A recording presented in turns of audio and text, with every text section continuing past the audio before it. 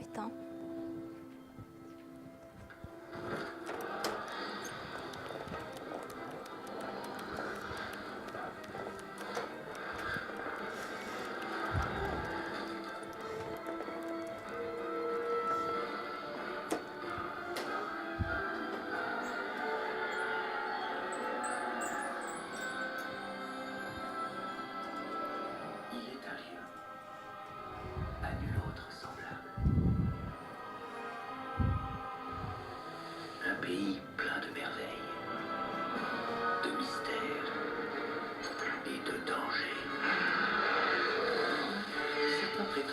Survivre, il faut être aussi fou qu'un chapelier. Ce que par bonheur, je suis. Alice, tu es affreusement en retard. Vilaine. C'est impossible. Seulement si tu le décides.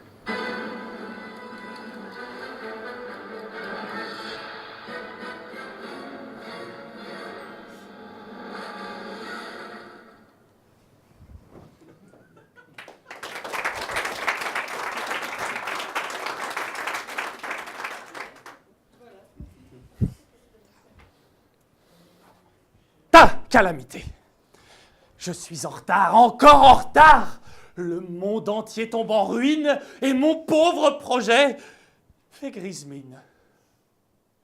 Mais où suis-je? Que se passe-t-il ici?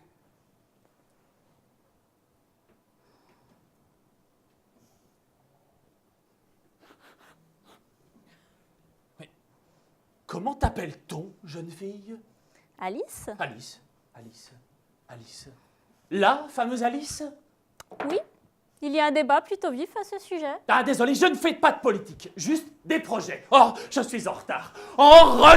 Je suis en retard. Mais pourquoi dis-tu cela tout le temps? Oui, je sais, ça n'a aucun sens, mais c'est ainsi. Mais si la gestion de projet n'a aucun sens, qu'est-ce qui nous empêche, nous, d'en inventer un? Ah, c'est impossible. Impossible. Seulement si tu penses que c'est impossible. Le meilleur moyen de réaliser l'impossible est de croire que c'est possible. En retard, jeune fille, en retard.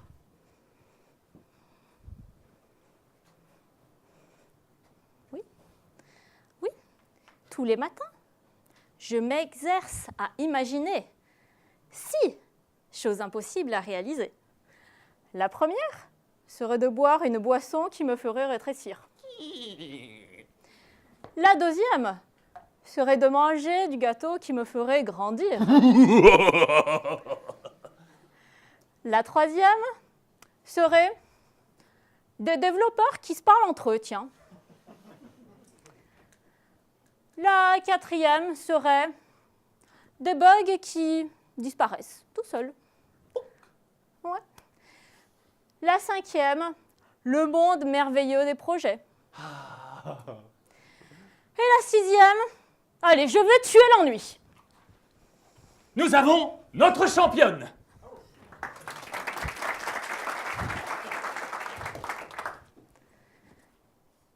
Donc, beaucoup d'entre vous, j'imagine, ont entendu parler du rapport du chaos. Le Chaos Group, édité chaque année par le Standish Group, qui nous dit que malgré tous nos efforts, on a eu une belle keynote ce matin qui en a parlé, malgré tous nos efforts de planification, d'anticipation, on a toujours des projets qui sont en retard. En retard. Donc, on s'est dit, eh bien, si la gestion de projet n'a aucun sens, nous allons en inventer un. Donc, comment est-ce qu'on en est arrivé là? Pourquoi autant de projets échouent et si peu de projets réussissent? S'il est impossible de ne pas penser à quelque chose, il reste encore possible de penser à autre chose. Ok, la gestion de projet. Ça date pas d'aujourd'hui. Un cas d'école, moins 3000 ans. Les pyramides d'Égypte, gestion de projet. On a eu besoin de matériaux, On a eu besoin de personnes. On avait besoin de planification, d'anticipation, d'estimation. C'était de la gestion de projet. Des personnes qui travaillaient, qui construisaient. Plus ou moins de leur plein gré. Plus ou moins bien payées. Oui. Plus ou moins fouettés. Mais ça avançait. Hé, mais c'est le premier tableau Kanban de l'histoire. Regarde, tout est là. La planification, les jalons, l'efficacité. Regarde la précision, la mort du pharaon, la construction.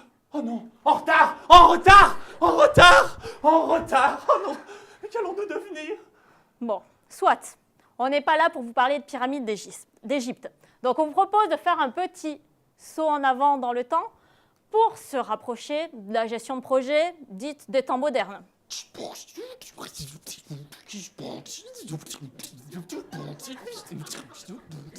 Les temps modernes, ça parle à tout le monde?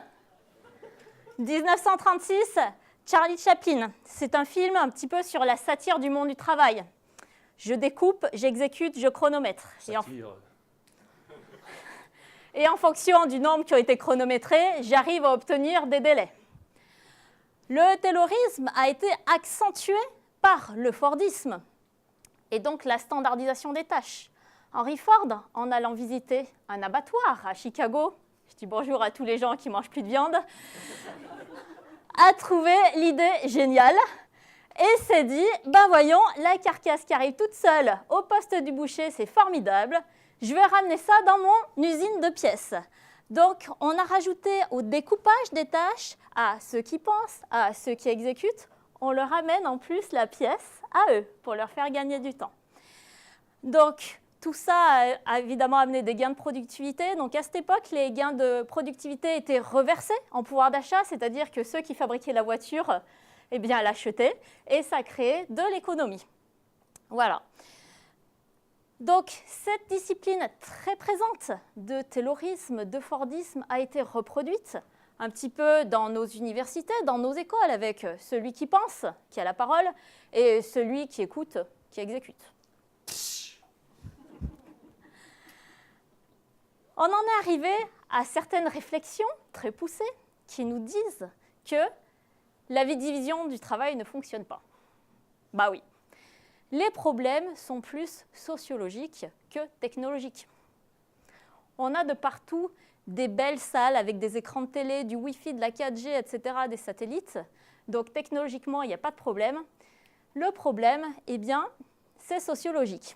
Ce sont les gens. Donc dans notre petit retour, on arrive à 1967. 1967 avec Margaret Hamilton, qui a été la première femme à proposer le terme de software engineering. N'empêche que moi, quand j'emploie un mot, eh bien, il veut dire exactement ce qu'il me plaît qu'il veuille dire, ni plus, ni moins. D'accord.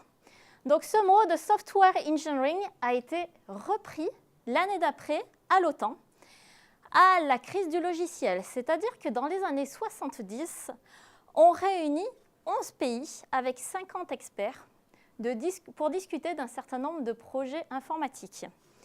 C'est-à-dire qu'à l'époque, les ordinateurs étaient dans des grandes salles, des gros serveurs. Progressivement, ils ont diminué. Ils étaient plus performants, ils étaient plus petits, ils étaient moins chers. Mais on avait toujours des problèmes. Et les problèmes, eh ben, qu'est-ce qu'ils étaient?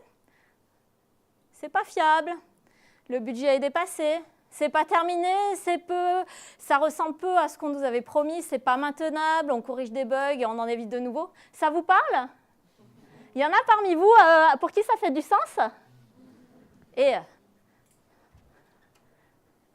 1968, on est en quelle année là?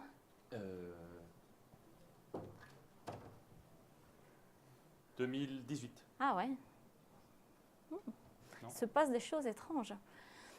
Donc, en 1968, l'expression de la crise logicielle est notée et est écrite dans ce rapport de l'ONU qui nous dit très exactement, j'ouvre les guillemets, je les referme à la fin, la chose la plus dangereuse dans le domaine du logiciel est l'idée apparemment presque universelle que vous allez spécifier ce qu'il y a à réaliser puis le réaliser. Voilà d'où viennent la plupart de nos ennuis.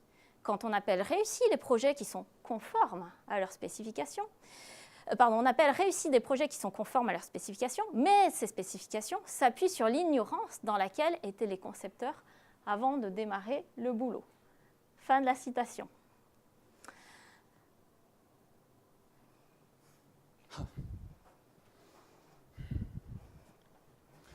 Alice, je suis en retard.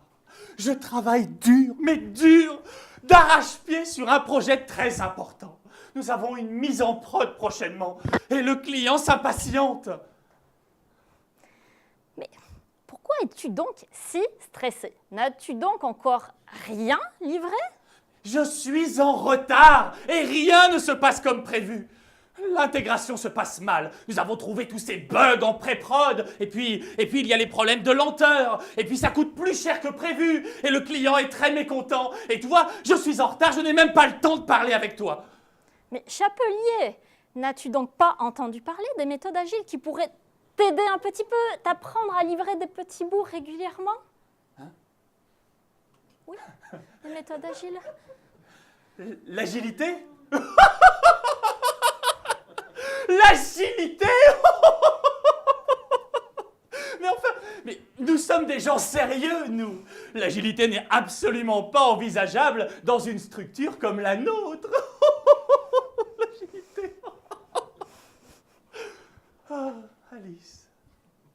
Si, ça peut marcher. C'est pas uniquement pour les grands comptes, l'agilité. C'est pas que pour les startups non plus. Ça marche aussi pour tous. L'agilité? C'est un truc de start-up. Tu l'as dit de start-up. D'accord. Donc, la crise du logiciel, effectivement, nous ne sommes plus en 1968, mais en 2018, est une maladie chronique qui revient régulièrement. En effet, comme on vous l'a expliqué un petit peu ce matin, j'imagine pendant les différentes sessions et à la keynote, faire du logiciel n'est pas produire en masse. Ce n'est pas du CTRL-C, CTRL-V, du copy-paste. Personne n'a jamais fait 2 fois exactement la même application de la même façon. 1950, on avance dans le temps, on se rapproche. Il y a les approches empiriques qui apparaissent avec Deming. Edward Deming, qui était un Américain, qui, dans ce contexte de taylorisme et de fordisme, je vous rappelle qu'on sort d'une deuxième guerre qui a fait mal, dans un contexte de taylorisme, de fordisme, où il y a ceux qui pensent, ceux qui exécutent. Et Deming, il dit « la qualité est très importante, la qualité du premier coup ». Il parle d'abandonner le command and control. Il parle de mettre les gens en confiance. Il parle de leadership et il parle de rendre les gens heureux. Et il a un discours qui est tellement disruptif pour l'époque qu'il part s'exiler au Japon. Au Japon où ils sont pris 1 ou 2 missiles nucléaires par les dents en fin de guerre et où là-bas ils sont un petit peu dans cet esprit dit Kaizen, c'est-à-dire qu'on n'a rien et on part de rien pour s'améliorer, pour faire mieux qu'hier et pour mettre en place un processus d'amélioration continue. 1960, on a le Douglas MacGregor qui propose la théorie du X et du Y, de façon de penser. Naturellement. L'être humain n'aime pas le travail, et il l'évitera s'il le peut. Non. Faire des efforts au travail est aussi naturel que s'amuser et se reposer. La plupart des gens doivent être contrôlés, voire menacés, afin qu'ils travaillent suffisamment dur. Le contrôle et la punition ne sont pas les seules façons de faire travailler les gens. L'individu est capable de se réaliser si on l'associe au but de l'organisation. Mais les travailleurs ne fournissent l'effort attendu que sous la contrainte ou contre récompense. Si un travail apporte des satisfactions, alors l'engagement s'améliore. L'humain moyen préfère être dirigé. Mis dans de bonnes conditions, non seulement il accepte, mais en plus il recherche les responsabilités. Mais il n'aime pas les responsabilités. L'humain est motivé par le désir de se réaliser pleinement. Il ne déploie vraiment son intelligence que pour contourner les règlements. Il est préférable de laisser les gens s'auto-organiser. Voilà, on a un petit peu 2 écoles. une qui prévoit de planifier le plan et de l'exécuter, et une autre qui laisse le droit à l'erreur, qui laisse le droit de se planter, d'échouer, de tenter et d'apprendre par l'expérience, avec la différence majeure, le droit à l'erreur. 1970 apparaît le cycle en cascade, un petit peu comme la rivière qui coule, où naturellement, en amont, on pense, on spécifie, ensuite on désigne, on design, on exécute, on code, on teste, etc. Comme une suite logique dans les faits. Sauf que, comme dirait l'autre, aucun plan ne survit au premier contact avec l'ennemi. Avec des effets de bord de ce cycle en cascade, tels que l'immuabilité des spécifications, des besoins fonctionnels qui sont en partie obsolètes. Entre le moment où ils sont pensés, écrits, et le moment où ils sont livrés, il se peut qu'il se passe quelque temps. On a l'effet tunnel, avec des feedbacks qui arrivent trop tard, toute modification qui coûte cher, très cher. En retard, jeune fille. Avec une sectorisation des intervenants, des équipes qui s'incriminent entre elles, des gens qui ne sont pas contents. Et surtout, la notion de valeur, qui est complètement absente du vocabulaire de tout le monde. 1975, le mythe de l'homme-moi. Frederick Brooks écrit un bouquin en 1975 qui nous dit que lorsqu'un projet est en retard, ajouter de la force de travail ne fait qu'accentuer le retard. Dit autrement, 9 femmes ne font pas un enfant en un mois. Si j'achète 9 fois le même bouquin, je ne le lirai pas 9 fois plus vite. Il nous parle en 1975 de s'adapter au changement. Et il dit même, il a l'audace de dire, prévoyez de mettre une version à la poubelle, quoi qu'il arrive, vous le ferez. Je ne vous explique même pas la tête du client quand vous lui expliquez ça au moment où il signe. OK, vous allez nous dire, vous êtes sympa, vous nous parlez beaucoup, mais ça ne nous dit pas qu'est-ce que c'est que l'agilité. Et qu'est-ce que c'est l'agilité, Alice? Eh bien, l'agilité, c'est une façon de voir, c'est un monde à part, c'est un petit peu le pays merveilleux de l'agilité. Des gens qui se parlent entre eux, des gens qui sont contents de travailler avec eux, des clients qui utilisent des produits. C'est un petit peu magique. L'agilité, c'est un état d'esprit, ce n'est pas un ensemble d'outils, c'est une façon de travailler tous ensemble. Les méthodes agiles ont émergé progressivement. Elles ne datent pas d'hier. On a un certain nombre de choses qui sont arrivées avec Plan-Do Check Act, Deming, Kanban, Scrum dans les années 90, qui est très populaire, et puis d'autres plus récentes. Ah, ça, je peux le raconter. Est-ce que vous savez ce qui... On va le faire autrement. Oh, leader, est-ce que vous savez ce qui s'y est passé du 11 au 13 février 2001? Non? Ben, je ne vais plus vous y dire, attendez. Donc, vous avez 17 girls qui se sont donné rendez-vous dans une station de ski, vous savez, genre Villard-de-l'Herbe. Et donc, bon, ils sont arrivés, ils ont déposé les skis. Ils se sont dit, bon, on va commencer par se faire une petite raclette, hein, faire bien démarrer la journée. Puis bon, en mangeant, ils se sont dit, bon, comment qu'on travaille en ce moment? Est-ce qu'il n'y aurait pas moyen de faire du développement logiciel de manière un peu plus, un peu plus véloce, quoi? Donc, bon, ils y auraient pu réfléchir, puis ils y ont posé les 4 valeurs de l'agilité. Parfaitement.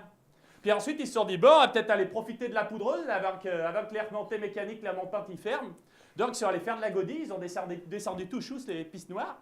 Puis bon, ils ont pris un petit vin chaud en fin de journée, ils se sont dit quand même, on a posé 4 valeurs, mais bon, ça ne veut pas dire grand-chose, il manquait un peu de la substance. Donc, ils se sont dit, on va y rajouter un peu quelques éléments.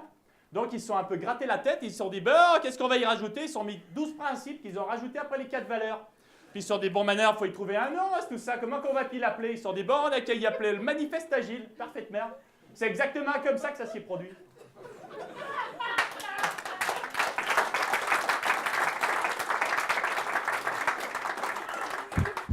Parfaitement.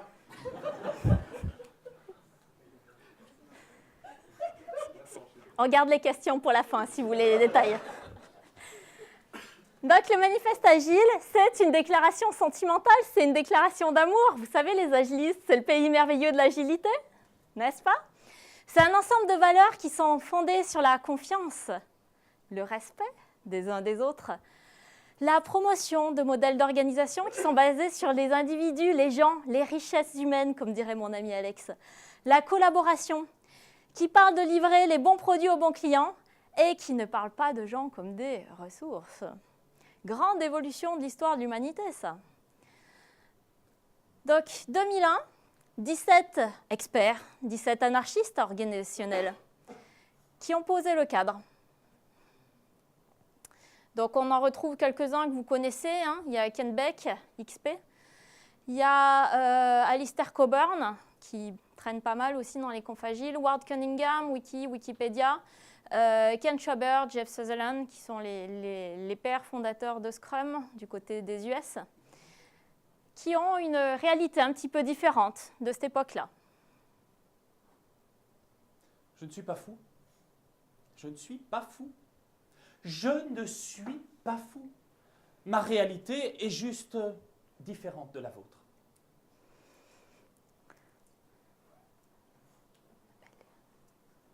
On pourrait le lire, ce slide, mais en fait, je pense qu'on pourrait peut-être aussi demander à quelqu'un de le lire à notre place. Parce qu'on est un peu fatigué. Ouais. Quelqu'un qui a une belle voix.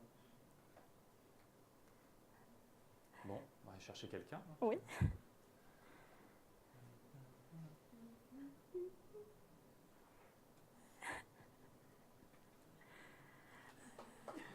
On l'applaudit. Merci.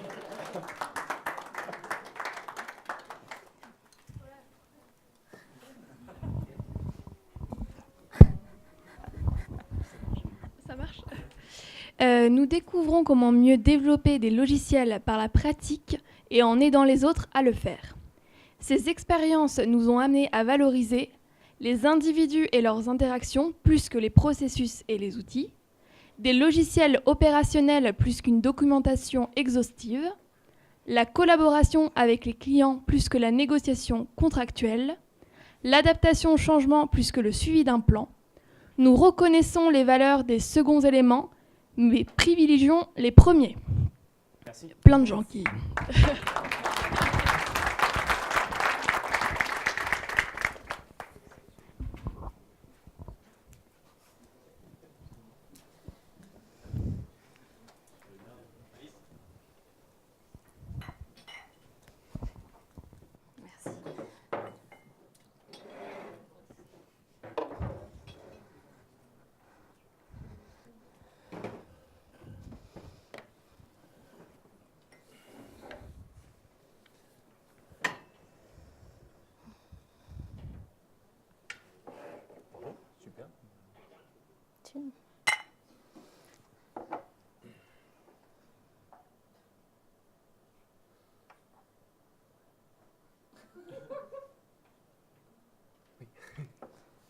Comme tu peux le voir, nous prenons encore le thé.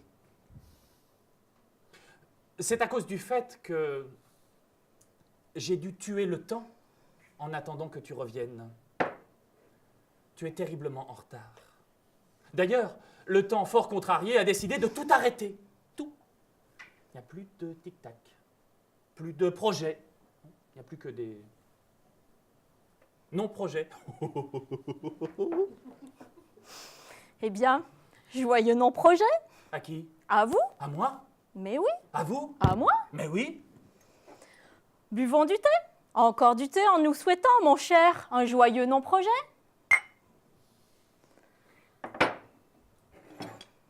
Tasse.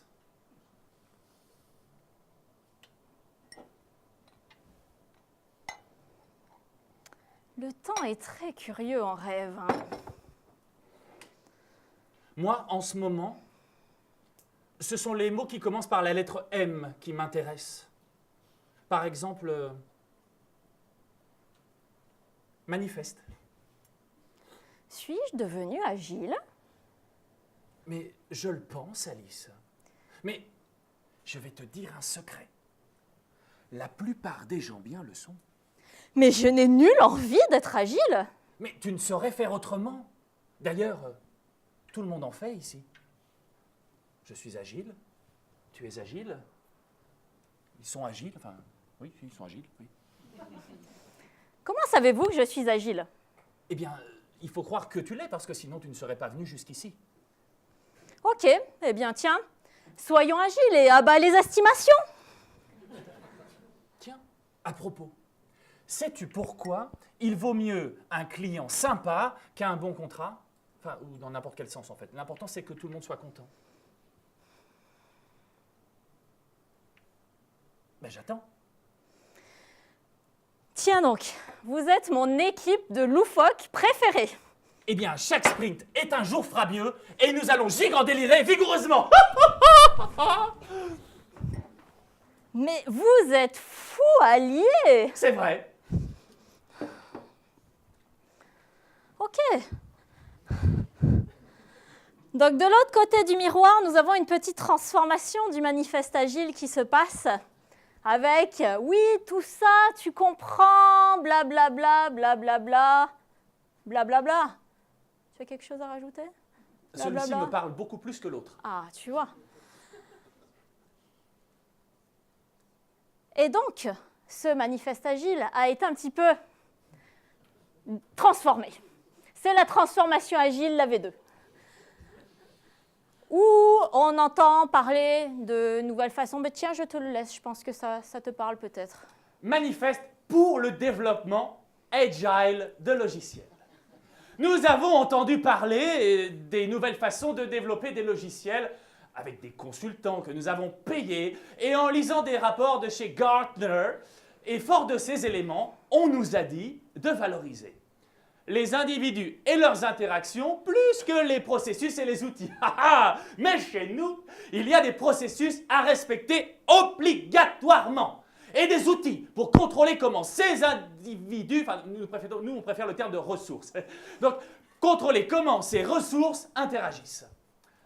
Des logiciels opérationnels plus qu'une documentation exhaustive, oui, enfin je veux bien, mais à partir du moment où ces logiciels sont entièrement documentés. La collaboration avec les clients plus que la négociation contractuelle. Mais bon, à l'intérieur de cadres contractuels, stricts bien sûr, et sujets à un contrôle des changements rigoureux.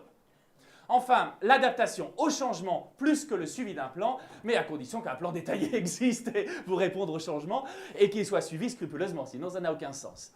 Ceci étant dit, et bien que nous reconnaissons que les éléments figurant à gauche aient l'air sympa, voire beatnik, nous sommes une entreprise et il n'est pas question que nous laissions tomber les éléments figurant à droite. J'ai dit. D'accord, ça c'est la V2.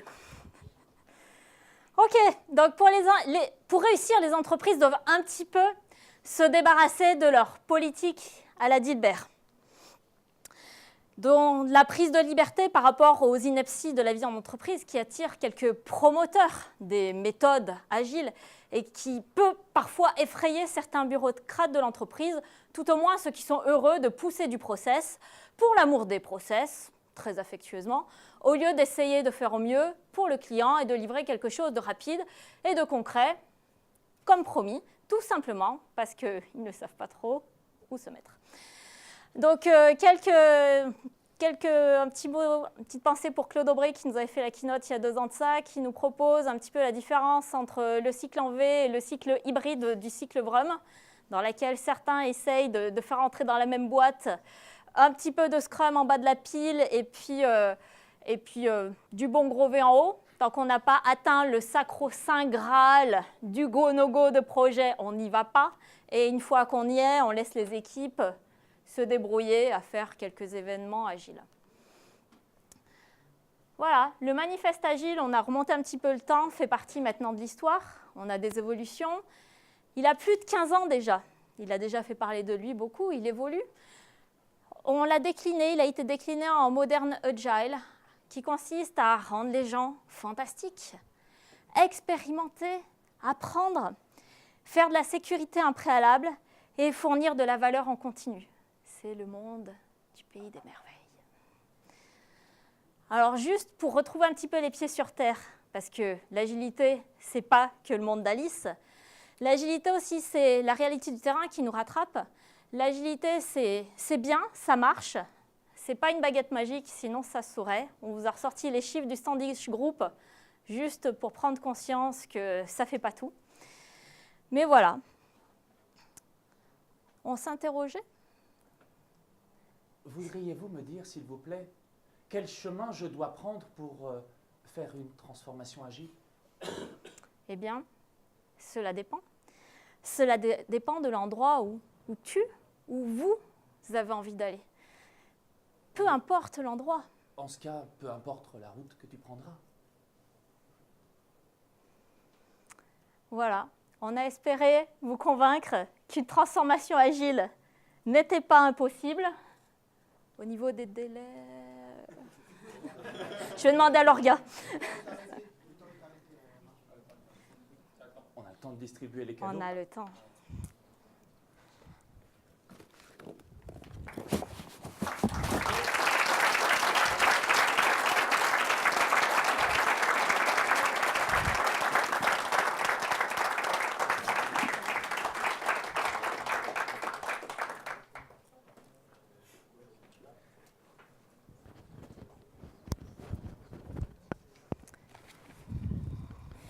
Qu'est-ce qu'on fait? On se l'organise à deux. Pascal, Vincent, on a déjà eu. Je sais pas si on aura pour tous.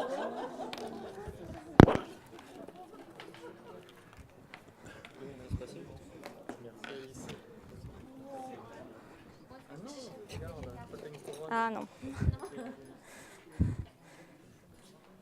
Je ne sais pas si vous avez des questions entre-temps.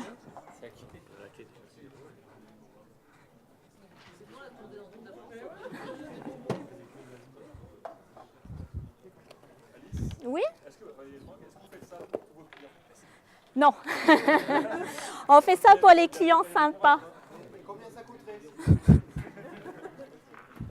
Oh, par contre, au niveau du nombre, on savait pas, on n'a pas su faire du prédictif sur le nombre de participants. On va voir ça. Super, Pourquoi ça c'est s'appelle le gentil, manifeste agile et pas le manifeste du touchous? J'aime bien le manifeste de la godille, en fait. Ok. On va, ouais, on essaie.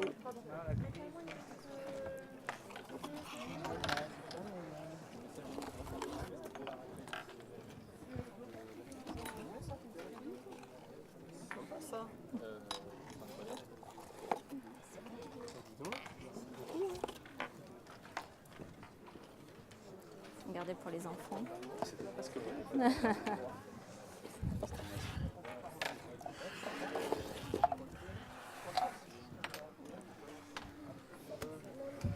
Tiens, demoiselle.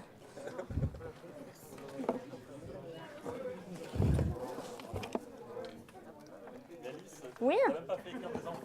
Non, mais c'est les enfants qui ont paqué les bonbons. Mais je les paye en bonbons. Est-ce qu'il y en a qui n'en ont pas eu? Ah zut, au fond. Ouais, faites ce tien.